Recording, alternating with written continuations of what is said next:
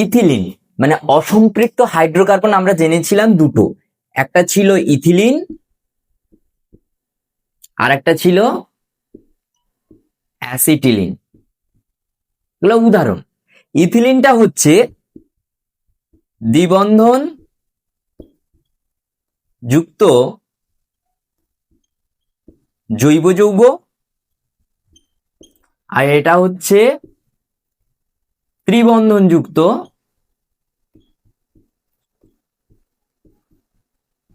জৈব যৌগ। দ্বিবন্ধন যুক্ত যেটা ছিল সে তাকে আমরা বলতাম অ্যালকিন, আর ত্রিবন্ধনটাকে বলেছি অ্যালকাইল। তার মানে এটা আমরা পরবর্তী ভিডিওতে জানবো। এখন অ্যালকেনটা জানা হয়ে গেছে। আগে যারা দেখোনি অ্যালকেনের যে ব্যবহার, উৎস এবং রাসায়নিক ধর্ম, যারা দেখোনি মেগা এপিসোড 8 রয়েছে, তোমরা দেখে নেবে। মেগা এপিসোড 9 কি রয়েছে? অ্যালকিন। এই অ্যালকিনটা কি? দ্বিবন্ধন যুক্ত একটা জৈব যৌগ যেটার দুদিকে কার্বন রয়েছে। আমরা সাধারণ সংকেত দেখেছি, এর কটা কার্বনের 4টে হাত, তার মানে এর H দুটো হবে, এরও 4টে হাত, তাই H দুটো হবে।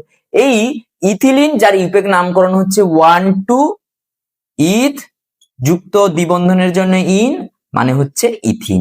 কি বললাম? ইথিন। এই ইথিন বা ইথিলিনের আমরা উৎস জানবো, ব্যবহার জানবো, রাসায়নিক ধর্ম জানবো। আগে উৎসটা বলি। উৎস কোথায় কোথায় থেকে আমরা ইথিলিন পাবো আমাদের জানতে হবে, যে এই জায়গা থেকে আমাদের ইথিলিন পাওয়া যায়। উৎস কখনো কখনো দেয়, আবার বেশিরভাগটাই যেটা দেয় এইটা দেয়, এই পয়েন্টটা দেয়, 3 নম্বর পয়েন্টটা। আগে বলে নি, কোল গ্যাসে আয়তন হিসেবে 4 থেকে 5% মতন আমরা ইথিলিন পাবো, এবং পেট্রোলিয়াম খনিতে যে প্রাকৃতিক গ্যাসটা উৎপন্ন হয় সেখানেও কিছু পরিমাণ ইথিলিন থাকে। তার সাথে দেখেছি পেট্রোলিয়ামের তাপ যখন বিয়োজন করা হয় তখন প্রচুর পরিমাণে ইথিলিন পাওয়া যায়। এছাড়া কোথায় পাওয়া যায়? ইথিলিন শিল্পে আমরা দেখেছি 350 ডিগ্রি সেন্টিগ্রেড উষ্ণতায় ইথাইল অ্যালকোহল বাষ্পকে যখন আমরা হিট করি, কার উপস্থিতিতে? অ্যালুমিনার উপস্থিতিতে, তখন দেখতে পাই ইথিলিন পাওয়া যায়। কখন কখনো ঘুরিয়ে প্রশ্ন দেয়, এটার নাম জানো? এটা হচ্ছে ইথাইল অ্যালকোহল। ইথাইল অ্যালকোহল, বা একে আরেকটা নামেও চেনা হয়, কে জানো? কমেন্টে লিখো দেখি অবস্থা। তার সেই বাষ্পটাকে আমরা 350 ডিগ্রি সেন্টিগ্রেড উষ্ণতায় এবং Al2O3 অ্যালুমিনিয়াম হাইড্রোক্সাইড বা অ্যালুমিনা তার উপস্থিতিতে আমরা যখন তাকে হিট করব, সেখান থেকে যে যৌগটা উৎপন্ন হবে সেটা হচ্ছে ইথিলিন। কি বললাম? সেটা হচ্ছে ইথিলিন, আর সঙ্গে জলীয় বাষ্প উৎপন্ন হবে। এবার তোমার প্রশ্ন হতে পারে, কখন কখনো ইথাইল অ্যালকোহল থেকে ইথিলিন রূপান্তর করো, কখন কখনো এটা দেবে না, এটা মুছে দেবে, দিয়ে বলে দেবে যে ইথিলিন থেকে ইথিলিন এটা রূপান্তর করো, তখন তুমি ভুলে গেছো। তাহলে এই পয়েন্টের এই উৎসটা মনে রাখলে তুমি সেখানে লিখতে পারবে। ইথিলিনের ব্যবহার কি বলছে? কাঁচা ফল পাকাবার জন্য, ফল সংরক্ষণ ইত্যাদি কাজে আমরা ইথিলিনকে ব্যবহার করব। তুমি পরীক্ষায় যদি ব্যবহার আসে, এই 1 নম্বরটা করে নেবে, সোজা আছে 3 নম্বরটা করে নেবে, আর বাকিগুলো একটু জানলেই হবে।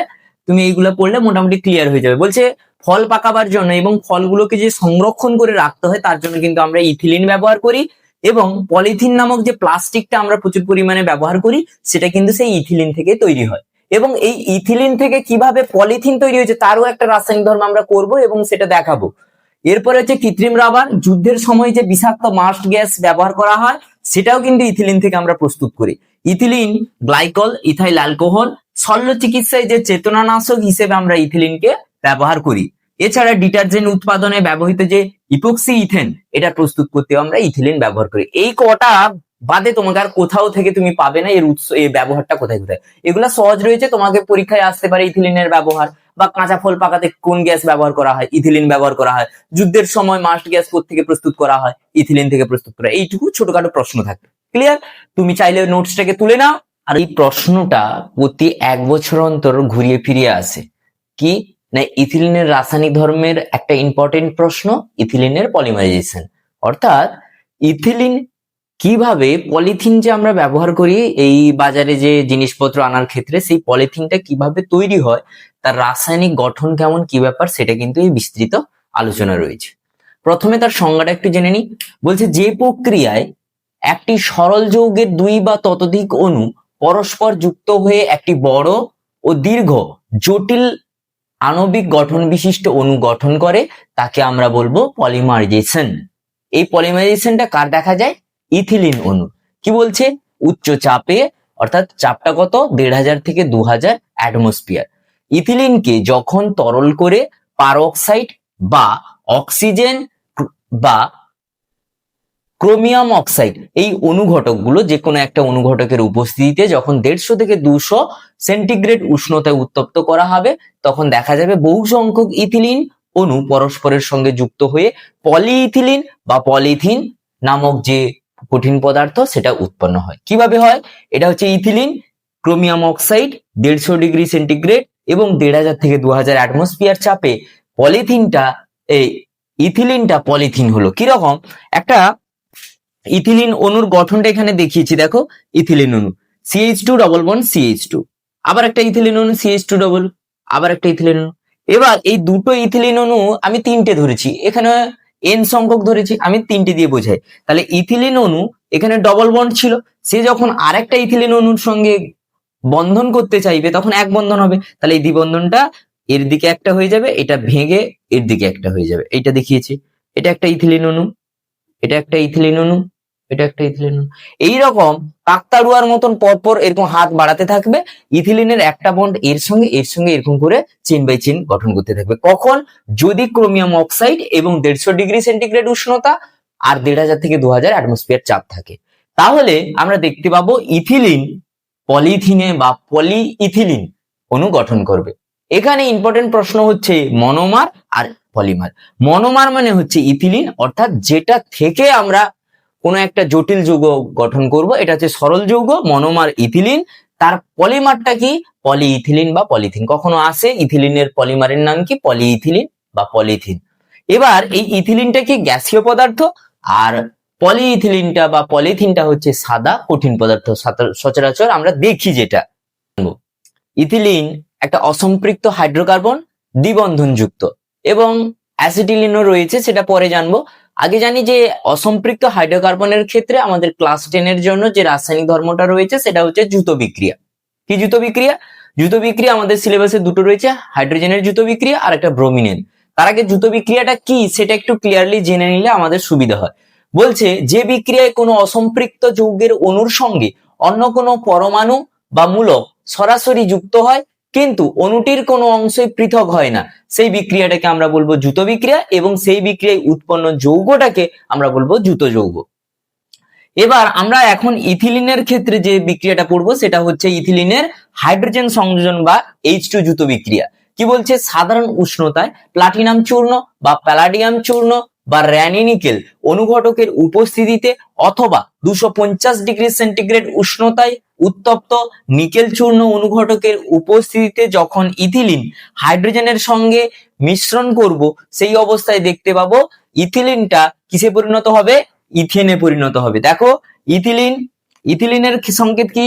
CH2 ডবল বন্ড CH2 যখন হাইড্রোজেন পরমাণুর সঙ্গে যুক্ত হচ্ছে কোন কোন অনুঘটক নিকেল চূর্ণ, পিটি চূর্ণ, পিডি চূর্ণ বা প্যালাডিয়াম চূর্ণ। তুমি সব থেকে মনে রাখবে পিটি চূর্ণ যখন দেবে তখন টেম্পারেচার দেওয়ার দরকার নেই, কিন্তু যখন তোমাকে নিকেল চূর্ণ দিতে হবে তখন কিন্তু 250 বা 300, এটা 250 করে দাও, 250 ডিগ্রি সেন্টিগ্রেড করতে বাধ্য। কিন্তু তুমি যদি পিটি চূর্ণ দাও কোনো উষ্ণতা দেবার দরকার নেই। তাহলে ইথিলিন পিটি চূর্ণ অনুঘটকের উপস্থিতিতে যখন হাইড্রোজেনের সংস্পর্শে আসে তখন সেটা ইথেনে পরিণত হয়। এটা মনে রাখবে কিভাবে? আমি বলেছি গল্পের ছলে মনে রাখবে যে দ্বিবন্ধন অথবা ত্রিবন্ধন যাই থাকুক, যখন হাইড্রোজেনের দ্রুত বিক্রিয়া বলবো তখন মনে রাখবে বন্ধন মানে হাত, হাত ভাঙো এই জুড়ো। এর কটা হাত? এই দেখো, এর দুটো হাত, দুটো হাত একটা ভেঙে দাও, তাহলে ভেঙে দিয়ে এরকম ঝুলিয়ে দেওয়া হয়েছে, এই দুটো হাত ছিল, এটা ভেঙে নিচের দিকে ঝুলিয়ে দেওয়া হয়েছে। তাহলে নিচের দিকে ঝুলিয়ে দিতে কে ঢুকে গেছে? H পরমাণু দুটো, এখানে একটা সেখানে একটা ঢুকে গেছে, দিয়ে তৈরি হয়েছে, এর দুটো ছিল একটা, তিনটে H হয়ে গেছে, তার মানে তৈরি হলো ইথেন। ব্রোমিনের দ্রুত বিক্রিয়া দেখবো। কি দেখবো? কার্বন টেট্রাক্লোরাইড বা CCl4 এবং ক্লোরোফর্ম CHCl3 এই অনুঘটকটাকে যখন আমরা ব্রোমিনের মধ্যে দ্রবীভূত করব এবং লাল বর্ণের ব্রোমিনের মধ্য দিয়ে যখন ইথিলিনকে চালনা করব তখন দেখতে পাবো CCl4 বা CHCl3 অনুঘটকের উপস্থিতি ব্রোমিন যেটা ছিল লাল বর্ণ সে কেমন হয়ে যাবে? বর্ণহীন, কালারলেস, বর্ণহীন হয়ে যাবে, এবং তাদের যে দ্বিবন্ধন একটা হাত ভেঙে ব্রোমিন ঢুকবে। অর্থাৎ আগের যে গল্পটা বলা হয়েছিল কি হাত ভাঙো এই জুড়ো, এখানে হচ্ছে হাত ভাঙো বিয়ার জুড়ো। তাহলে সেটা ছিল এইচ জুড়ো, এটা হচ্ছে বিআর জুড়ো। হাত খালি ভাঙতে হবে, দুটো হাত এই ছিল, এই ভেঙে নিচে ঝুলিয়ে দাও, একটা করে ব্রোমিন ঢুকিয়ে দাও, হয়ে গেল ব্রোমিন। এবার এটার নামটা কি, ইউপেক নামকরণের ক্ষেত্রে আমরা জানি এক, এটা করলে সুবিধা হয় এক দুই, তাহলে একেও আছে দুইও ব্রোমিন আছে, তাই ডাই ব্রোমোইথেন বা ইথিলিন ডাইব্রোমাইড, এটা দিয়ে হবে। এবার এই লেখার নিয়মটা একটু বলে দিই। কেউ যদি এটা ভেবে নেয় যে CH bond BR bond CH two bond BR, তাহলে এটা সম্পূর্ণ ভুল। কেন না, আমরা জানি কার্বনের সঙ্গে কার্বন, এ তো এইচ এর কার্বনের সঙ্গে ঝুলে আছে, ব্রোমিনের সঙ্গে এই কার্বন কখনো ঝুলে নেই, তাই এটা ভুল।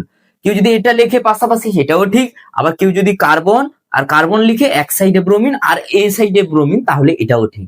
তাই লেখার নিয়মটা খেয়াল করে লিখবে। এই হচ্ছে ব্রোমিনের দ্রুত বিক্রিয়া, কার, ইথিলিনের ব্রোমিনের দ্রুত বিক্রিয়া। এবং এই পরীক্ষা থেকে আমরা জানতে পারি, যেহেতু একটা বর্ণহীন যৌগ তৈরি হয়েছে, যেটা লাল বর্ণ ছিল, লাল বর্ণের দ্রবণটি কি হয়ে গেছে, বর্ণহীন হয়েছে, অর্থাৎ এই বিক্রিয়াতে আমরা প্রমাণ করতে পারি ইথিলিন একটি অসম্পৃক্ত হাইড্রোকার্বন। পরীক্ষায় তোমাকে ডাইরেক্ট রাসায়নিক ধর্ম না বলেও দেবে যে ইথিলিন একটি অসম্পৃক্ত হাইড্রোকার্বন, প্রমাণ দাও। হয়েছে। অথবা রূপান্তর দিয়ে দিতে পারে, যে এইটা আছে তীর চিহ্ন দিয়ে এই যৌগটা দেওয়া দিল, তাহলে তোমাকে বুঝে নিতে হবে এটা হচ্ছে ইথিলিনের ব্রোমিনের দ্রুত বিক্রিয়া।